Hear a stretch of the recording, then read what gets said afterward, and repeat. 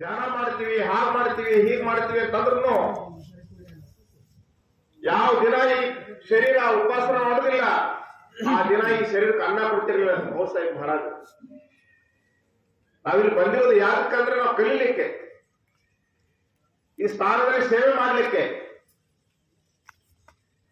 ಇನ್ನೂ ಬಹಳಷ್ಟು ನಮ್ಮ ದೊಡ್ಡ ಭಾಸ್ಕರ ಡಾಕ್ಟರ್ದು ಕಳಕಳಿ ಐತಿ, ಇವ್ರದ್ದು ಕಳಕಳಿ ಐತಿ, ಎಲ್ಲ ಇಲ್ಲಿ ಮಠದಾಗಿರುವಂತ ಸಂತ ಶರಣರದ ಕಳಕಳಿ ಐತಿ. ಇತ್ಲಾನ್ಗಡೆ ಔಷಧ ಕೊಡೋದಿಲ್ಲ ಅನ್ನುವಾಗ ಕುಮುದಿ ಒಳಗೆ ಇಷ್ಟು ದೊಡ್ಡ ಸಂಖ್ಯೆ ಇದ್ರು ಒಂದೇ ಮಾತ್ರ ನಾಳೆ ಹೇಳಿದ್ರಲ್ಲ, ಯಾವ ರೀತಿ ದೇವರಾಗಬೇಕಂದ್ರ ಸದ್ಗುರುಗಳ ಕಡೆ ಹೋಗ್ಬೇಕು, ಪ್ರಪಂಚದ ಸುಖ ಬೇಕಾತಂದ್ರ ದೇವ್ರ ಕಡೆ ಹೋಗ್ಬೇಕು. ಆಗ ಒಂದೇ ಮಾತಿನಲ್ಲಿ ಹೇಳ್ಬೇಕಪ್ಪ ಅಂದ್ರ ತಮ್ಮೆಲ್ಲರ ತಲೆಯಲ್ಲಿ ಇರಲಿ, ಮೊದಲಿಗೆ ಇಲ್ಲಿ ಅಷ್ಟು ವ್ಯವಸ್ಥೆ ಇರಲಿಲ್ಲ, ಆದ್ರೆ ಈಗ ಸಾಕಷ್ಟು ವ್ಯವಸ್ಥೆಯನ್ನು ಮಾಡ್ಯಾರ.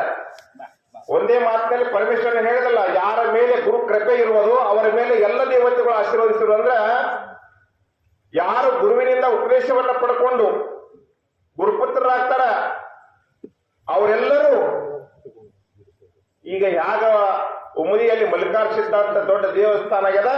ಆಗ ಯಾರ ನಿರಂತರ ನಾವೇ ಸ್ಮರೆ ನಿರಂತರ ದೇಹ ನಾವೇ ಪುಣ್ಯ ಶರೀರ,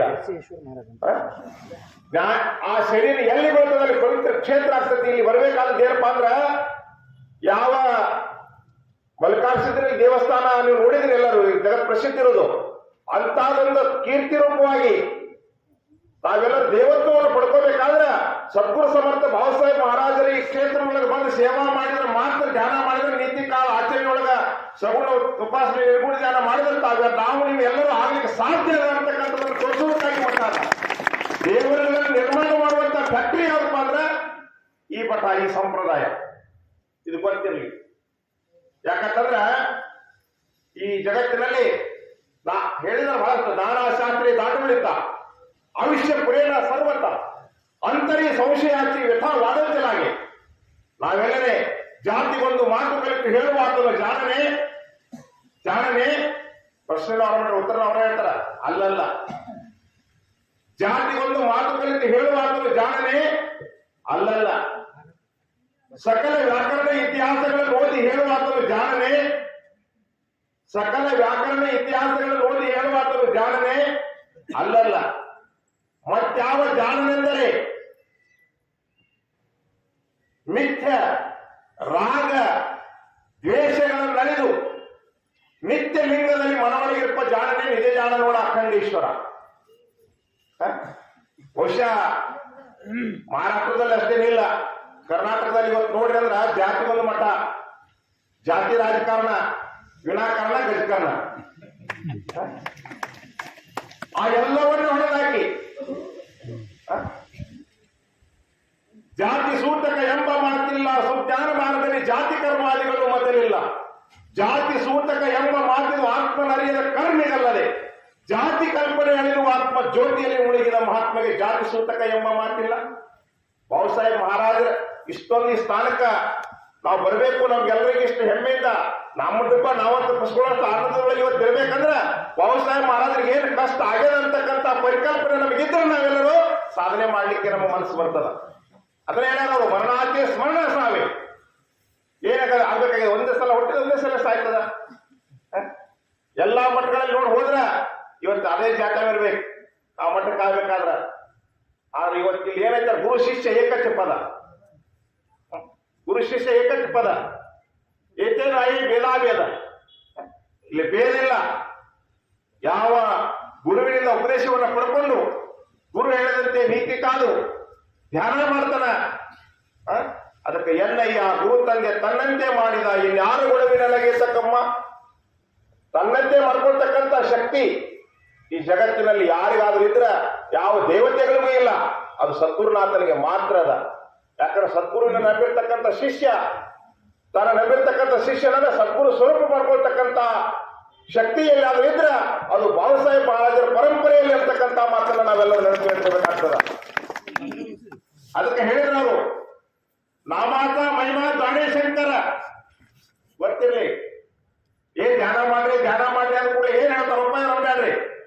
डॉक्टर जी नामाचा महिमा जाणे शंकर हा हे नामस्मरणाचा महिमा शंकरला कळले होतो हा ಅನನಾಮ ಜಗತ್ತಿನಾಗ ಎಲ್ಲಕ್ಕಿಂತ ದೊಡ್ಡ ದೇವರಾದ ಯಾವನಿಗೆ ನಾಮಸ್ಮರಣೆಯ ಮಹಿಮೆ ಗೊತ್ತಾಗ್ತದ ಯಾವನಿಗೆ ನಾಮಸ್ಮರಣೆ ಮಹತ್ವ ಗೊತ್ತಾಗ್ತದ ಅವನಿಗೆ ಮಾತ್ರ ಜೀವನ ಮುಕ್ತ ಆಗ್ಲಿಕ್ಕೆ ಯೋಗ್ಯತೆ ಬರ್ತದೆ ನಾಮಸ್ಮರಣೆ ಮಹತ್ವ ಗೊತ್ತಿಲ್ಲ ಅಂತಂದ್ರ ಜೀವನ ಮುಕ್ತ ಆಗೋದಿಲ್ಲ ಅದನ್ನ ಹೇಳಿದ್ರು ಗ್ರಂಥಾಚೆ ಕರಾವೆ ಸ್ತವನ ಸ್ತವನಾचे काय प्रयोजन येथे प्रत्ययाचं कारण प्रत्यय पहावा विमान ब्रह्म निरूपणे ಕೊನೆ ಬರೆದಾರ ಈ ಗ್ರಂಥ ದಾಸಬೋಧವನ್ನ 20 ದಶಕ 200 समास ಓದ್ರಿ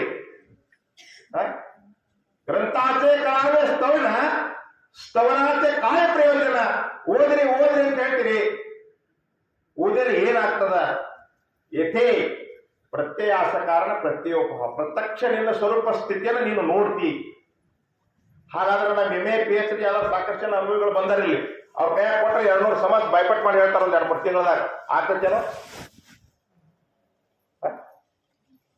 ಯಾವ ಗ್ರಂಥ ಎಲ್ಲಿ ಓದಬೇಕು ಅದಕ್ಕೆ ಗುರು ಬೇಕು ಯಾವ ಗ್ರಂಥ ದೇಹ ಅನ್ನತಕ್ಕಂಥ ಗ್ರಂಥ ಮನ ಅನ್ನತಕ್ಕಂಥ ಪಾಲಿನ ಮೇಲೆ ಗುರು ಕೊಟ್ಟಿರುವಂತ ನಾಮಸ್ಮರಣೆಯನ್ನ 21,600 ಶ್ವಾಸ ಬಿಡಲಾರ್ದ ಯಾವ ಓದ್ತಾರ ಅವ ಜೀವನ ಮುಕ್ತ ಮಾಡ್ತಾರ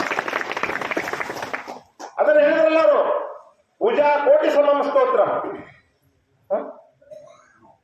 ಪೂಜಾ ಕೋಟಿ ಸಮಂ ಸ್ತೋತ್ರ ಈ ಜಗತ್ತಿನಲ್ಲಿ ಇರ್ತಕ್ಕಂಥ ಎಲ್ಲಾ ದೇವರುಗಳನ್ನ ಒಂದೊಂದು ಕೋಟಿ ಸಲ ಪೂಜಾ ಮಾಡೋದು ಬಂದದ ಪುಣ್ಯ ಎದ್ರೊಳಗೈತಂದ್ರ ಒಂದು ಸ್ತೋತ್ರದೊಳಗದ ಏನದ ಸ್ತೋತ್ರ राजाधिराज श्री सद्गुरुनाथ भाऊसाहेब महाराज की जय ಈ ತಂದಿದ್ರೆ ಸಾಕು ಜಗತ್ತಿನ ಎಲ್ಲಾ ತೀರ್ಥ ಕ್ಷೇತ್ರಗಳಿಗೆ ಹೋಗಿ ಬಂದು ಪುಣ್ಯ ತರ್ತದೆ ಪದ್ರಾಗ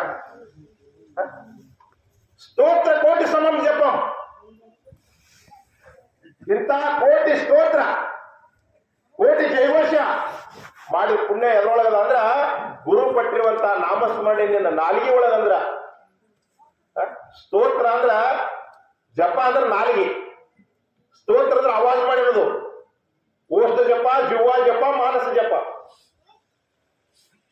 ನಾಲಿಗೆ ಒಳಗಂದ್ರ ಒಂದು ನಾಮಸ್ಮರಣೆ ಒಂದು ಜಪ ಮಾಡಿದ್ರ ಕೋಟಿ ಸ್ತೋತ್ರ ಮಾಡಿದ ಪುಣ್ಯ ಬರ್ತದ ಜಪ ಕೋಟಿ ಸಮಂ ಧ್ಯಾನಂ ಕೋಟಿ ಜಪ ಮಾಡಿರುವಂತ ಪುಣ್ಯ ಎದ್ರೊಳಗದಪ್ಪ ಅಂದ್ರ ಒಂದೇ ಒಂದು ನಾಮಸ್ಮರಣೆ ಧ್ಯಾನದೊಳಗದ ಗೊತ್ತಿರ್ಲಿ ಒಂದ್ ಮಾತು ಮನೆಗೆ ಹೇಳಿ ಮುಗಿಸ್ಬಿಡ್ತೀನಿ ನಮ್ಗೆಲ್ರಿಗೂ ಗೊತ್ತಿರ್ಲಿ ಗುರುಲಿಂಗ ಮಹಾರಾಜರು ಗುರುಗಳು ಅವರಿಗೆ ಅವ್ರ ಶ್ರೇಷ್ಠರೇ ಇರುವರು ಅವ್ರವ್ರ ಜಾತಿ ಗುರುಗಳು ಅವ್ರಿಗೆ ಗೊತ್ತಿರೋದಾರ ನಮ್ಮ ಸಂಪ್ರದಾಯ ಯಾರನ್ನ ತಿರಸ್ಕಾರ ಮಾಡಿಲ್ಲ ನೀವ್ ಏನು ಬಿಡ್ರಿ ಅಂತ ಹೇಳಿಲ್ಲ ನೀ ಕಟ್ಕೊಳ್ಳೋ ವಿದ್ಯಾ ಲಿಂಗ ಹತ್ತು ಕಟ್ಕೋ ನೀ ನಾಮ ಹಾಕೊಳ್ಳೋ ವಿದ್ಯಾ ಮೆಯ್ತುಂಬ ಹತ್ಕೋ ಬ್ಯಾಡದಿಲ್ಲ ಅವ್ರು ಒಂದು ಮಾತ್ರ ಗೊತ್ತಿರ್ಲಿ ಮನಾಯೇವಂ ಮನುಷ್ಯಾನಾಂ ಕಾರಣಂ ಬಂದ ಮೋಕ್ಷಯೋ ಅಕಸ್ಮಾತ್ ಪ್ರಾಣ ಬಿಟ್ಟು ಇಟ್ಕೊಳ್ಳಿ ನಾ ಲಿಂಗಾಯತ ಹೌದಾ ನಿನ್ ಲಿಂಗ ಇಲ್ಲೇ ಉಳಿತಲ್ಲಪ್ಪ ಹೋದ್ರ ಮಾರಾದ ಉಪದೇಶ ಯಾರಿಗೆ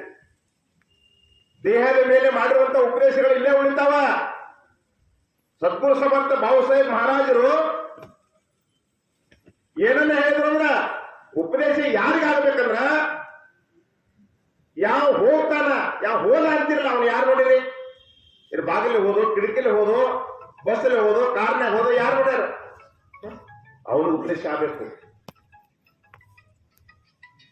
ಬಂಧಕ್ಕೂ ಮೋಕ್ಷಕ್ಕೂ ಕಾರಣವಾದದ್ದು ಮನಸ್ಸು ಮನಸ್ಸಿಗೆ ಉಪದೇಶ ಆಗಬೇಕು ಯಾಕಂದ್ರೆ ಅವಾಗ ಅವಶ್ಯಕತೆ ಇತ್ತು ಕೃತಾಯುಗದಲ್ಲಿ ದ್ವಾಪಾರಯುಗದಲ್ಲಿ ಕಲಿಯುಗದಾಗ 100 ವರ್ಷ ಯಾರು ಇರ್ತಾರೆ ಈಗ ಆದ್ರೆ ಅಂತ ಎಲ್ಲಾನು ಮಾಡುದು ನಮ್ಗೆ ಆಗೋದಿಲ್ಲ ಅಷ್ಟು ಆವಿಷ್ಯ ನಮ್ದಿಲ್ಲ ಅಂತ ತಿಳ್ಕೊಂಡು ಸದ್ಗುರು ಸಮರ್ಥ ಬಾಬುಸಾಹೇಬ್ ಮಹಾರಾಜರು ದಾಸಬೋಧ ಅಂತಕ್ಕಂಥ ಗ್ರಂಥವನ್ನ ಪೀಠಿಕೆಯಾಗಿ ಇದನ್ನ ನಮ್ಮ ಸಂಪ್ರದಾಯದ ಮೂಲ ಗ್ರಂಥವಾಗಿ ಇಟ್ಕೊಂಡು ಒಂದೇ ಒಂದು ಮಾತನ್ನು ಹೇಳಿ ಮುಗಿಸ್ಬಿಡ್ತೀನಿ.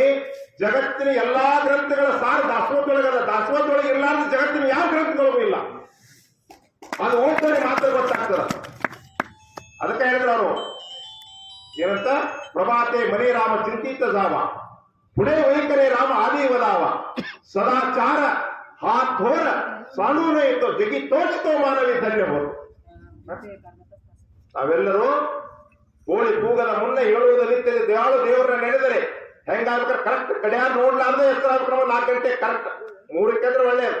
ಎತ್ತರ ಆದ ಕೂಡಲೇ ಫಸ್ಟ್ ಏನ್ ಮಾಡ್ಬೇಕು? ಪ್ರಭಾತೆ ಮನೆ ರಾಮ ಚಿಂತಿತ ಜಾವ ಎದ್ದು ಕೂಡಲೇ ಬಂದು ಧ್ಯಾನ ಮಾಡ್ಬೇಕು. ಪುಡೆ ವೈಖರಿ ರಾಮ ಆದಿವದಾವ. ಆಮೇಲೆ ಏನ್ ಮಾಡ್ಬೇಕು? ಅವಾಜು ಮಾಡಿ ಕಾಕಡಾರ್ತಿ ಮಾಡ್ಬೇಕು. ಇವತ್ತ ಡಾಕ್ಟರ್ ಕರ್ಕುಮರಿ ಒಳಗೆ ನೀವು ಬಂದು ನೋಡಿದ್ರ 3,000 ಮಕ್ಕಳು 5 ಗಂಟೆಗೆ ಮಾತಾಡೋದು ಸ್ನಾನ ಮಾಡಿ ಬಂದು ಕಾಕಡಾರ್ತಿ ಮಾಡ್ತಾರೆ. ನಾ ಶಾಲೆ ತೆಗೆದಿದ್ದು ಸಂಪ್ರದಾಯದ ಕರ್ನಾಟಕದೊಳಗೆ ಸಿದ್ಧಗಂಗಾ ಮಠ ಕೇಳಿ ನೀವು. ಆ ಮಠದಿಂದ ಸ್ವಾಮೀಜಿಗಳು ಎಷ್ಟು ಪ್ರಖ್ಯಾತಿ ದೇಶ ತುಂಬಾ ಪ್ರಧಾನಮಂತ್ರಿಗಳು ಬಂದು ಹೋದ್ರು. ನಾನು ಅದ್ರ ಬಯಸಿ ನಾನು ಮಾಡೋದೇನು ಎಲ್ಲರೂ ಪ್ರವಚನ ಮಾಡ್ತಾರ. ನಮ್ಮ ಸಂಪ್ರದಾಯ ಬಹಳ ವಿಶಾಲವಾಗಿ ಎಲ್ಲ ಕಡೆ ಬೆಳೆದದ. ಆದ್ರೆ ನಾವ್ ಎಲ್ಲಿ ಮಾಡ್ಬೇಕಾಗಿತ್ತಂದ್ರ ಇವತ್ತು ಸಣ್ಣ ಸಣ್ಣ ಮಕ್ಕಳಿಗೆ ಸಣ್ಣವರಿಗೆ ಕಲಿಸ್ಬೇಕಾಗೈತಿ. ಅದಕ್ಕೆ ನಾವ್ ಇವತ್ತು ನಮ್ಮ ಮಠದೊಳಗೆ ಬಂದು ನೋಡಿದ್ರಿ ಅಂದ್ರ 1ನೇತೆಯಿಂದ ಡಿಗ್ರಿವರೆಗೆ 3,000 ಮಕ್ಕಳು ಏನ್ ಮಾಡ್ತಾರಪ್ಪ ಅಂದ್ರ ನೀವು ಬಂದ್ ನೋಡಿದ್ರೆ ಕನಿಷ್ಠ ಹಾಸ್ಟೆಲ್ ವಸ್ತಿಗೆ ಒಂದು 4-3 ವಿದ್ಯಾರ್ಥಿಗಳದಾರ. ಹೆಂಗದಾರ ಅಂತಂದ್ರೆ 5 ಗಂಟೆಗೆ ಸ್ನಾನ ಮಾಡಿ ಮಾತಾಡೋದ ಬಂದು ಕಾಕಡಾರ್ತಿ ಎಲ್ಲರೂ ಜಾಸ್ತಿ ಓದ್ತಾ. ಹೇಳೋದು ಇಷ್ಟೇ ವಿನಂತಿ ನಿಮಗ. ಬಾಬಾಸಾಹೇಬ್ ಮಹಾರಾಜರು ಯಾವುದನ್ನ ಮಾಡಿ ಜಗತ್ತಿನಲ್ಲಿ ಅವ್ರ ದೇಹ ತ್ಯಾಗಿತಾ ಕೀರ್ತಿ ಮಾಗೇ ಊರಾವೆ. ಅವ್ರು ಇರುವಾಗ ಅವ್ರಿಗೆ ಎಷ್ಟು ತ್ರಾಸ ಆಯ್ತು ಅಂತ ನಮಗೆಲ್ಲ ಗೊತ್ತದ. ಆದ್ರೆ ದೇಹ ಹೋದ ಮೇಲೆ ಕೀರ್ತಿ ರೂಪವಾಗಿ ಇವತ್ತು ನಮ್ಮಲ್ಲಿ ಉಳ್ಕೊಂಡಾರಲ್ಲ, ಆಗ ನಮ್ಮ ಮಕ್ಕಳೆಲ್ಲ ಆಗ್ಬೇಕು.